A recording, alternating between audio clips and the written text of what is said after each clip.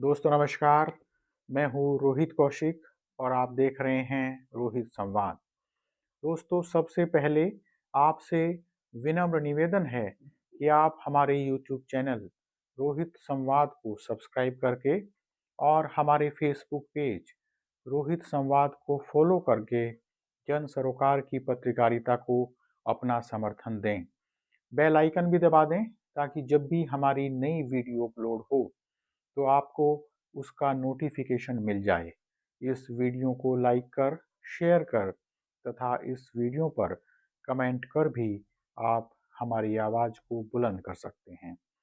दोस्तों, कुंभ हादसे पर केंद्रित विवाद थमने का नाम नहीं ले रहा है, बल्कि यह विवाद लगातार बढ़ता जा रहा है। पक्ष और विपक्ष दोनों एक दूसरे पर आरोप लगा रहे हैं। सत्ता पक्ष विपक्ष पर आरोप लगा रहा है कि विपक्ष इस मामले में समाज को गुमराह कर रहा है। उसके साथ ही विपक्ष इस हादसे पर सवाल उठा रहा है और ये कह रहा है कि इस हादसे में निश्चित रूप से कहीं ना कहीं लापरवाही हुई है और उत्तर प्रदेश सरकार उस लापरवाही को छिपाने का प्रयास कर रही है, उस लापरवाही पर लीपापोती कर रही है। भाजपा की सांसद हेमा मालिनी ने कहा है कि कुंभ में हुए हादसे को बढ़ा चढ़ाकर पेश किया गया है। कुंभ में इतना बड़ा हादसा नहीं हुआ जितना बड़ा हादसा विपक्ष ने उसे बता दिया है। हेमा मालिनी ने कहा है कि विपक्ष का काम बोलने का है, उसे तो बोलना है तो निश्चित रूप से वो बोलेगा और सत्ता पक्ष के विरोध में बोलेगा। तो हेमा मालिनी ने कहा है कि विपक्ष का काम बोलना है, इतना बड़ा हादसा कुंभ में नहीं हुआ है। हेमा मालिनी ने कहा कि मैं भी कुंभ में गई थी और मैं भी कुंभ में नहाकर आई हूँ, मैंने भी कुंभ में स्नान किया है, वहाँ सब कुछ अच्छा था, कोई बुरा इंतजाम नहीं था, ये हेमा मालिनी ने कहा है।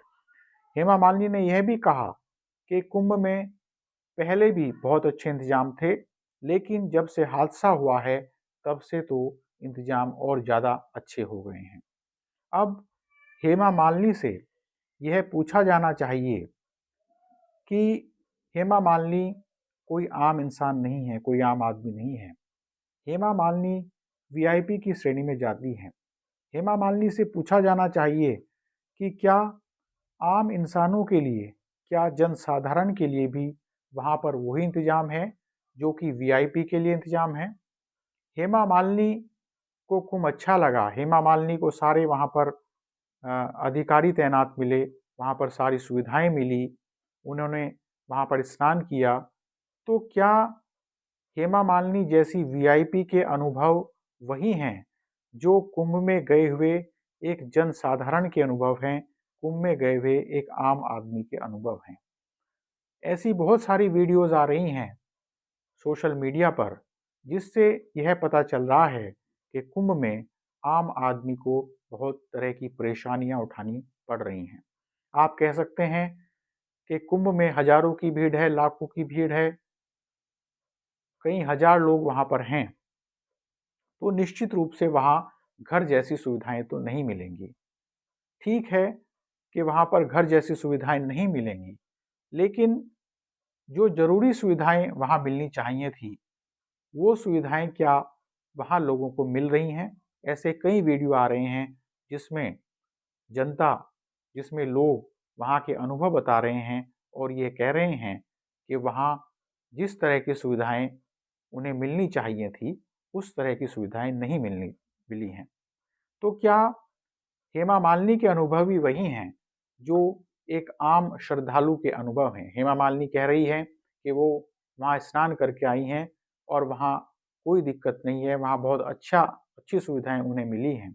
लेकिन आम आदमी के मन से पूछना चाहिए, आम आदमी से पूछना चाहिए कि उन्हें वहाँ किस तरह की सुविधाएं मिल रही हैं और उनका यह कहने का अर्थ क्या है कि वहाँ पहले भी सुविधाएं अच्छी थी, लेकिन हादसे के बाद तो वहाँ सुविधाएं और अच्छी हो गई हैं। तो क्या हेमा मालिनी और क्या उत्तर प्रदेश सरकार इस हादसे का वहाँ पर इंतजार कर रही थी, जो उन्होंने कहा है कि हादसे के बाद वहाँ सुविधाएं और बढ़ गई हैं। क्या हेमा मालिनी और क्या उत्तर प्रदेश सरकार वहाँ पर इस हादसे का इंतजार कर रही थी कि इस हादसे के बाद वहाँ पर सुविधाएं और ज़्यादा बढ़ा दी जाएंगी। दोस्तों, इसके साथ ही संसद में अखिलेश यादव ने कहा कि सरकार बजट के बड़े-बड़े दावे पेश कर रही है, बजट के आंकड़े पेश कर रही है, लेकिन बजट के आंकड़े देने से पहले, बजट के आंकड़े पेश करने से पहले सरकार को महाकुंभ में मरने वाले लोगों के आंकड़े भी देने चाहिए। और जिन लोगों ने सच को छिपाया है, जो लोग सच पर पर्दा डाल रहे हैं, उन पर भी कोई ना कोई कार्रवाई होनी चाहिए, उन्हें भी किसी ना किसी रूप से दंडित किया जाना चाहिए। अखिलेश यादव ने कहा कि जब यह जानकारी दी गई और सरकार को यह जानकारी हो गई कि वहाँ पर प्रयागराज में जो लाशें हैं, वो मोर्चरी में पड़ी हैं, अस्पतालों में पड़ी हैं, उसके बाद भी उत्तर प्रदेश सरकार ने हेलीकॉप्टर से वहाँ पर फूल बरसाए। सरकार ने हेलीकॉप्टर से फूल बरसाने का काम किया। इतना बड़ा हादसा होने के बाद भी, यह पता होने के बाद भी कि कई लाशें वहाँ पर पड़ी हुई हैं, उत्तर प्रदेश सरकार ने वहाँ पर फूल बरसाने का काम किया। तो इस पर भी पूर्व मुख्यमंत्री अखिलेश यादव ने सरकार पर सवाल खड़े किए, योगी सरकार पर सवाल खड़े किए। और अगर देखा जाए तो यह बात झूठ नहीं है। अखिलेश यादव कोई गलत सवाल नहीं उठा रहे हैं इस मुद्दे पर। जब सरकार को यह पता था कि यहाँ पर इतना बड़ा हादसा हो गया, उसके बाद भी वहाँ पर हेलीकॉप्टर से फूल बरसाना क्या वास्तव में सही है? ज्योतिर्मठ के शंकराचार्य स्वामी अविमुक्तेश्वरानंद सरस्वती ने भी इसी तरह के सवाल कुछ दिन पहले उठाए थे। उन्होंने कहा था कि योगी जी ने हमें भ्रम में रखा, योगी जी ने हमें सच्चाई नहीं बताई, और अगर योगी जी समय पर सच्चाई बता देते तो हम स्नान करने ना जाते और उस दिन का भोज न करते। तो सिर्फ ये कह देना कि विपक्ष सवाल उठा रहा है, मुझे लगता है यह तर्कसंगत नहीं है, ये ठीक नहीं है। ये भी देखना चाहिए कि विपक्ष किन सवालों को उठा रहा है, विपक्ष आपसे कौन कौन से सवाल पूछ रहा है। सरकार का यह दायित्व बनता है कि सरकार विपक्ष के सवालों का जवाब दे, न कि विपक्ष को पापी सिद्ध कर दे। दोस्तों, इसके साथ ही समाजवादी पार्टी के सांसद राम गोपाल यादव ने भी कहा है, उन्होंने उदाहरण दिया है कि 1954 में कुंभ में एक बहुत बड़ी भगदड़ हुई थी, जिसमें नेहरू जी पर कई तरह के आरोप लगे थे। लेकिन उस भगदड़ में नेहरू जी ने पहले ही दिन संसद में साफ कर दिया था, कोई भ्रम नहीं रखा था, और ये कहा था कि यहाँ पर 400 लोग मारे गए हैं और 2000 लोग घायल हुए हैं। तो एक तरह से समाजवादी पार्टी के सांसद राम गोपाल यादव ने सरकार को यह बताने की कोशिश की, यह दिखाने की कोशिश की कि 1954 में भी एक कुंभ में एक बड़ी भगदड़ हुई थी और उसमें नेहरू जी ने कोई चीज़ छिपाई नहीं थी, नेहरू जी ने कुछ छिपाया नहीं था, बल्कि उन्होंने संसद में यह कहा था, स्पष्ट कहा था कि 400 लोग मारे गए हैं और 2000 लोग घायल हुए हैं। तो उन्होंने बताने की कोशिश की कि नेहरू जी के समय में भी ऐसी भगदड़ हुई थी, लेकिन नेहरू जी ने सच्चाई छिपाई नहीं। आज की उत्तर प्रदेश सरकार की तरह सच्चाई नहीं छिपाई, और इस हादसे के बाद नेहरू जी ने कहा था कि कुंभ में जो बड़े-बड़े वीआईपी जाते हैं, वहाँ नहीं जाने चाहिए, क्योंकि वहाँ भीड़ ज़्यादा होती है और प्रशासन का ध्यान वीआईपी की तरफ लग जाता है। तो इतनी भीड़ जहाँ हो, वहाँ वीआईपी को नहीं जाना चाहिए, ताकि लोगों को असुविधा न हो। उस समय प्रधानमंत्री जवाहरलाल नेहरू ने ये बात कही थी, और आज उत्तर प्रदेश सरकार क्या कर रही है, ये हम सभी को पता है। राम गोपाल यादव ने यह भी कहा कि कांग्रेस अध्यक्ष खड़गे जी कहते हैं कि कुंभ में हजारों लोग लापता हैं, तो कहा जाता है कि आप प्रमाण दीजिए, इस बात का प्रमाण दीजिए जो आप कह रहे हैं। लेकिन जब सरकार कहती है कि 40 करोड़ लोगों ने स्नान किया है कुंभ में, तो उन्हें इसका भी प्रमाण देना होगा। इसका प्रमाण कौन देगा? यह बात राम गोपाल यादव ने कही। तो सबसे बड़ा सवाल यह है कि जब सरकार है तो सरकार से सवाल क्यों ना पूछे जाएं, लेकिन सरकार चाहती है कि इस मुद्दे पर विपक्ष चुप रहे, और अगर सवाल पूछता है विपक्ष तो सनातन के अपमान का मुद्दा उठा दिया जाता है उत्तर प्रदेश सरकार द्वारा, भारतीय जनता पार्टी द्वारा। अगर विपक्ष इस मुद्दे पर सवाल पूछ रहा है, अगर विपक्ष इस मुद्दे पर सत्ता से कुछ कह रहा है, तो यह सनातन का अपमान कैसे हो गया? यह सनातन धर्म का अपमान कैसे हो गया? ये आज एक प्रवृत्ति बन चुकी है कि आप किसी भी समस्या पर सवाल उठाओगे तो आपको सनातन का विरोधी सरकार सिद्ध कर देगी। यह मेरे ख्याल से तर्कसंगत नहीं है, यह उचित नहीं है। कुछ समय पहले स्वामी अविमुक्तेश्वरानंद सरस्वती ने योगी सरकार पर सवाल उठाया था, और जब उन्होंने सवाल उठाया तो उसके बाद से सोशल मीडिया पर उनके खिलाफ काफ़ी चीज़ें आने लगी। उन्हें सपाई कहा गया, उन्हें कांग्रेसी कहा गया, कहा जाने लगा कि उन्होंने कांग्रेस से छात्र संघ का चुनाव लड़ा था। इन सब अगर उन्होंने सवाल उठा दिया है तो इन सब बातों का क्या अर्थ है? उन्हें सपाई सिद्ध कर देंगे आप, उन्हें आप कांग्रेसी सिद्ध कर देंगे। जब तक वो सवाल नहीं उठा रहे थे तब तक सही था, लेकिन जैसे ही स्वामी अविमुक्तेश्वरानंद सरस्वती ने सवाल उठाया, वैसे ही उन्हें सपाई कहा जाने लगा, वैसे ही उन्हें कांग्रेसी कहा जाने लगा। और अब उत्तर प्रदेश के मुख्यमंत्री कह रहे हैं कि देश की सबसे पुरानी पार्टी, सबसे बड़ी पार्टी कांग्रेस पार्टी के अध्यक्ष से यह अपेक्षा की जाती है कि वह देश की संसद में देश को गुमराह नहीं करेंगे, लेकिन वो गुमराह कर रहे हैं। वो मर्यादित बयान नहीं दे रहे हैं, और कांग्रेस झूठ बोलकर देश को गुमराह कर रही है।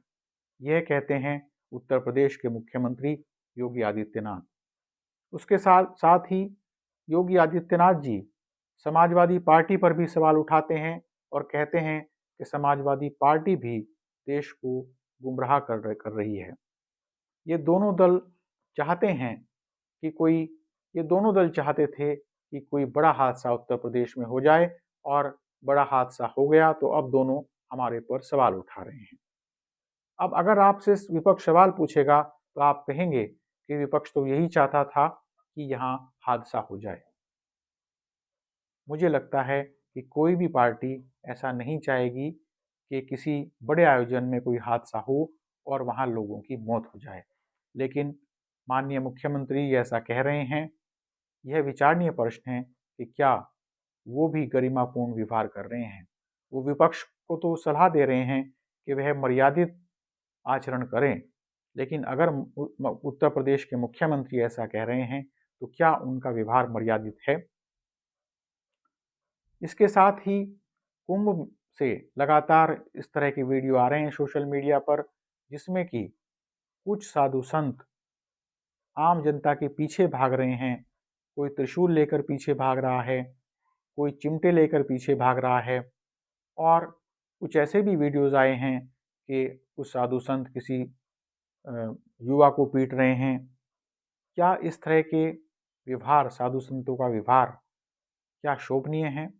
यह सही है कि वो कुछ ही साधु संत हैं जो इस तरह का व्यवहार कर रहे हैं, लेकिन क्या कुछ ही साधु संतों का व्यवहार क्या शोभनीय है? तो मुद्दे कई सारे हैं, सवाल कई हैं, और जब सवाल हैं तो सवाल उठेंगे भी। सरकार को उन सवालों का जवाब देना चाहिए। क्या यह किसी से छिपा है कि प्रयागराज में हादसा नहीं हुआ?